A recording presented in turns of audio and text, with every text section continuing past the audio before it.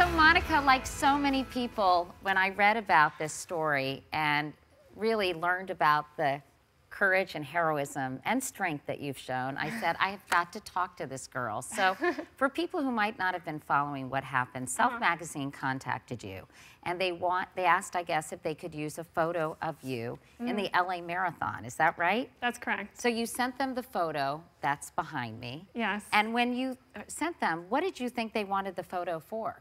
Well, the photo editor emailed us saying that they were looking for high-res photos of girls running in tutus, and they didn't say anything more than that, and we didn't ask, assuming that it was something positive. So my partner and I, Tara, sent this picture of us running the LA Marathon, thinking it was going to be a positive feature, talking about the trend of running in tutus or the trend of dressing up in marathons and just having fun in marathons.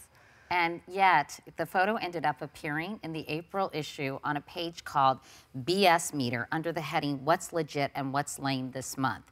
The caption next to your photo read, a racing tutu epidemic has struck New York City's Central Park, and it's all because people think these frou-frou skirts make you run faster. Now, if you told us they made people run away from you faster, maybe we would believe it. So it was kind of a snotty comment under your photo. And when you saw it, what did you think? I was just shocked and insulted, and I mean, I immediately went back to the email and I thought, did they indicate how they were going to use this photo? And I read it, and it was just an innocent request, and I thought, should we have asked the context in which the photo was going to be used? I mean, we were just happily sent the photo along, assuming it would be positive, and we were just amazed by the way they used it. I mean, in a terrible way. It was just shocking. And the photo was from a very, very special race. It was. Tell us about that. So I was diagnosed with brain cancer in September of 2012, and this picture was taken in March of 2013. It was my 19th full marathon, but it was my first marathon since I've been diagnosed with cancer, and I was in the middle of chemotherapy, so it was a big day. It was a hard race for me. It was an important day to try to just keep getting out there and keep running. It was a huge achievement, given all that, I mean, the trauma of being diagnosed with brain cancer, and as you said, being treated with chemotherapy. I can't imagine how tough that was to get through that race, and how proud you must have been when you crossed that finish line. I was. It was the slowest marathon either of us had run by far, but we just wanted to get to the finish line, and we were so happy to cross the finish line. Now, not only were you doing this race after being diagnosed and being in the middle of treatment for brain cancer, you also were wearing a tutu for a special reason as well. Tell us about that. Yeah, so my friend in the picture, Tara, and I started Glam Runner 3 years ago to raise money for Girls on the Run of San Diego, where we're board members. And we were soulmates, which is one of the fundraising legs of Girls on the Run. And we'd fundraised several times and felt like we couldn't just go back to our friends and family and keep asking for money for nothing in exchange. So we thought, why don't we sell something? We'll make tutus. So we started with a few friends that we knew, and then we put up a website and just started getting orders online. So over the past few years, we've sent thousands of dollars to Girls on the Run of San Diego, and it's been a great way for us to give back to the organization we're involved with. And what does that organization do exactly, Girls on the Run? It's wonderful. It's an after-school running program for girls in elementary school and middle school, and it helps empower them to be confident, happy, healthy, to make good life decisions. I know that, which is great. I'm thinking, like, talk about a whiff all the way around for Self Magazine. I know you wrote a letter to Self.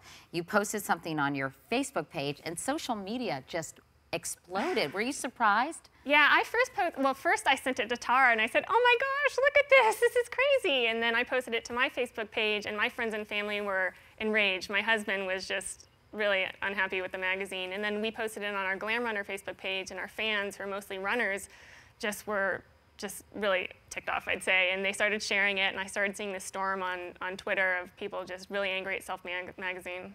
And Lucy Danziger, who is the editor of Self Magazine, I know that the magazine, by the way, wrote about this, apologized to you, emailed you, but she also sent a statement to us which reads, "We sincerely apologize to Monika Allen and the running community. I take full responsibility for the content itself. However, I was unaware that when this photo was taken, Monika was running a marathon while undergoing chemo. In any case, we should never have published this item, and we have discontinued the BS Meter page. Self and I have donated to Girls on the Run and have offered to work together with the charity to move ahead positively. Self has been an advocate for women's health since it launched decades ago, and it's our mission to empower women to live healthy, happy, and active lives." So I mean, listen, I think they made a terrible mistake, and I think what's really reassuring is people were outraged. And by the way, I think I think this whole snarky, like nasty, judgmental thing that magazines and all media tries to do. I mean, I think people should stand up and say enough of that.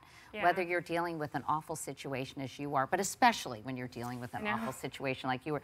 So what do you hope people will take away from this whole story, Monika? I'm hoping that this whole debacle turns into something really positive, which it actually has. So I'm glad that the magazine is getting rid of that feature. I mean, I think women should be here to empower each other. I mean, people in general, men or women, should be lifting each other up, encouraging each other to be active, not criticizing what they're wearing. That's a lot of what the Girls on the Run curriculum is about, is teaching these girls to be individuals and to be confident in who they are and to encourage their friends and to stand up to bullies. And in a way, I think this whole episode has reinforced the message you're trying to impart to those girls, don't you? Yes, definitely. Well, how are you feeling now, Monika? How is your health?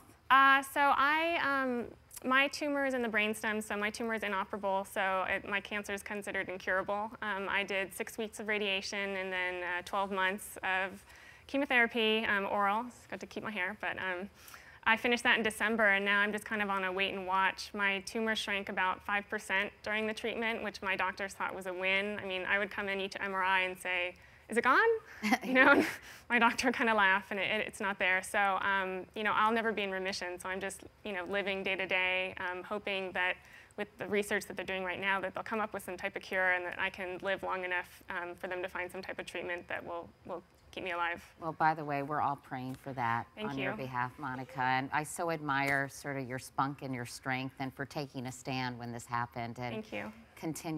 Continued success, and we'll be thinking of you and praying for you. Thank you very much. Thanks so much, Monika.